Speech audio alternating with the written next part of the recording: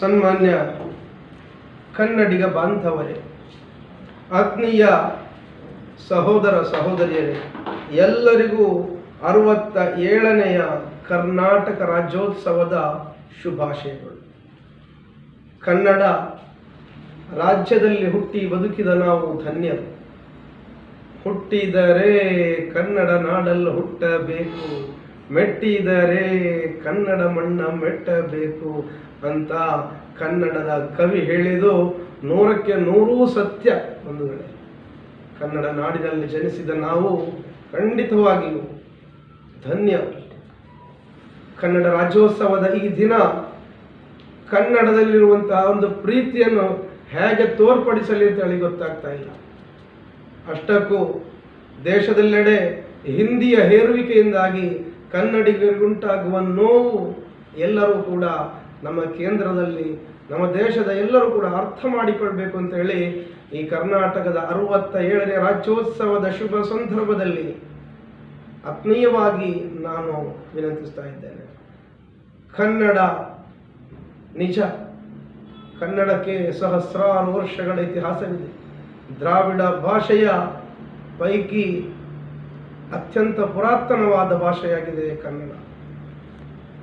ಆ ಕನ್ನಡದ ಮಹಾಕವಿ ಹುಬ್ಬಳ್ಳಿ ವೆಂಕಟಪ್ಪ ಪುಟ್ಟಪ್ಪನವರು ಬರೆದ, ರಾಷ್ಟ್ರಕವಿ ಮಹಾಕವಿ ಕುವೆಂಪು ಸರ್ ಬರೆದಂತಹ ಒಂದು ಕನ್ನಡ ಏನೆ ಎಂಬ ಪದ್ಯವನ್ನು ಈ ಸಂದರ್ಭದಲ್ಲಿ ಹಾಡಲಿಕ್ಕೆ ತುಂಬ ಇಷ್ಟಪಡ್ತಾ ಇದ್ದೇನೆ. ಎಲ್ಲರಿಗೂ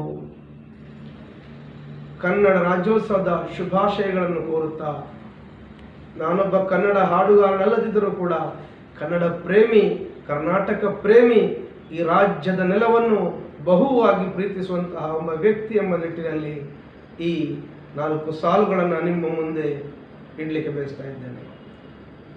ಕವನದ ಹೆಸರು ಕನ್ನಡ ಏನೆ, ಬರೆದವರು ರಾಷ್ಟ್ರಕವಿ ಕುವೆಂಪು. ಕನ್ನಡ ಎನೆ ಕುಣಿದಾಡುವುದೆನ್ನದೆ, ಕನ್ನಡ ಎನೆ ಕಿವಿ ನಿಮಿರುವುದು, ಕಮನ ಬಿಲ್ಲನು ಕಾಣುವ ಕವಿಯಳು ತೆಕ್ಕನೆ ಮನ ಮೈ ಮರೆಯುವುದು.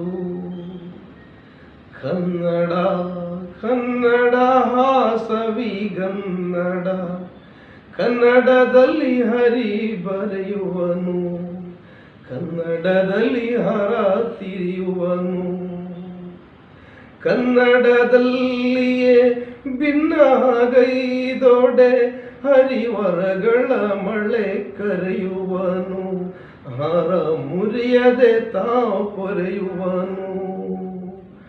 ಬಾಳುವುದೇತಕ್ಕೆ ನುಡಿಯಲೆ ಜೀವ, ಸಿರಿಗನ್ನಡದಲ್ಲಿ ಕವಿಯ ಹಾಡೆ, ಸಿರಿಗನ್ನಡದೇಳಿಗೆಯನು ನೋಡೆ.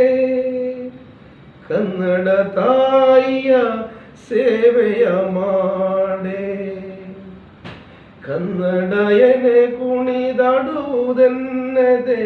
ಕನ್ನಡ ಎನೆ ಕಿವಿ ನಿಮಿರುವುದು, ಕಮನ ಬಿಲ್ಲನು ಕಾಣುವ ಕವಿಯೊಳು ತೆಕ್ಕನೆ ಮನ ಮೈ ಮರೆಯುವುದು. ಎಲ್ಲರಿಗೂ ಶುಭವಾಗಲಿ. ಕನ್ನಡ ರಾಜ್ಯೋತ್ಸವದ 67ನೆಯ ರಾಜ್ಯೋತ್ಸವದ ಶುಭಾಶಯಗಳು. ಜೈ ಹಿಂದ್, ಜೈ ಕರ್ನಾಟಕ.